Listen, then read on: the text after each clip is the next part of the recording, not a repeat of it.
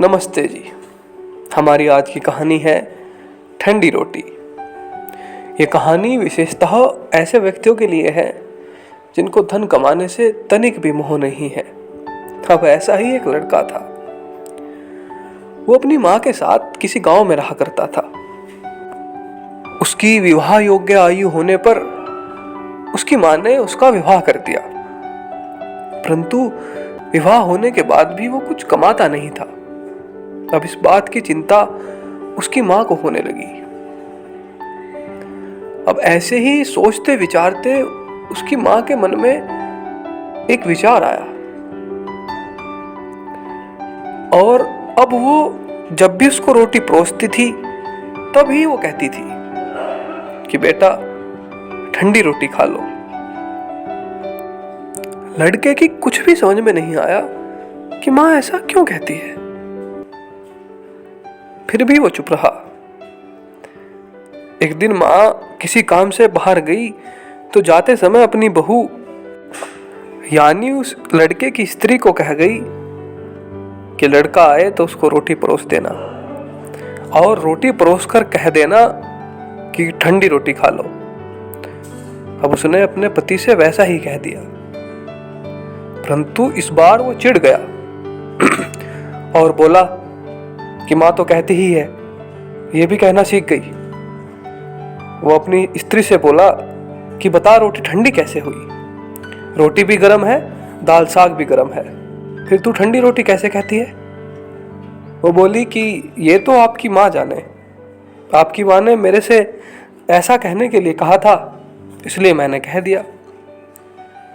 वो बोला कि मैं रोटी नहीं खाऊंगा, माँ तो कहती ही थी, तू भी सीख गई।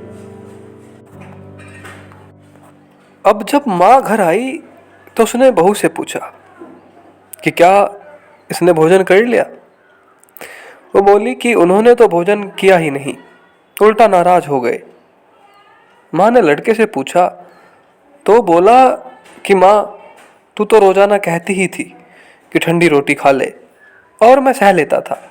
अब ये भी कहना सीख गई, रोटी तो गर्म होती है, तू बता रोटी ठंडी कैसे है?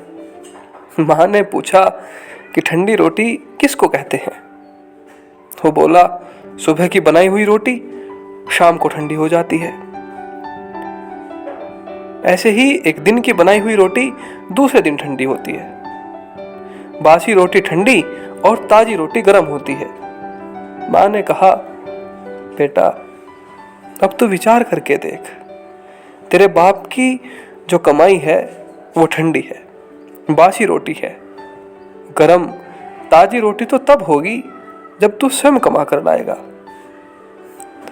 लड़का समझदार था, वो तुरंत ही माँ की भावनाओं को समझ गया और माँ से बोला कि माँ अब मैं स्वयं कमाऊंगा और गरम रोटी ही खाऊंगा। यह कहानी बचपन में सुनाई गई बुजुर्गों द्वारा कहानियों में से एक है।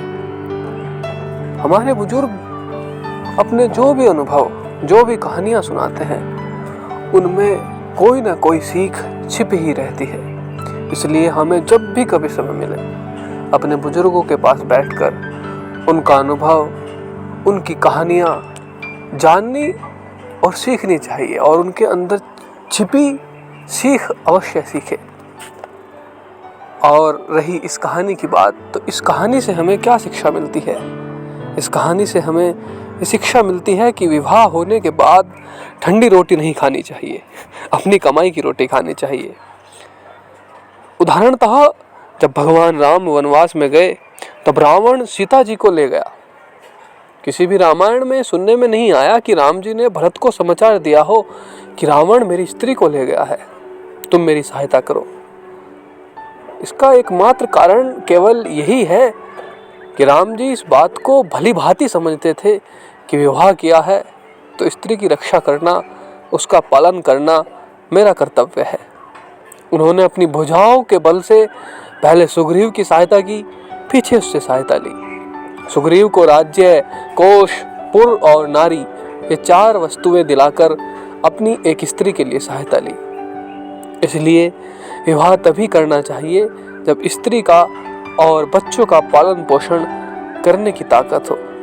ये ताकत यदि नहीं है तो विवाह नहीं करना चाहिए।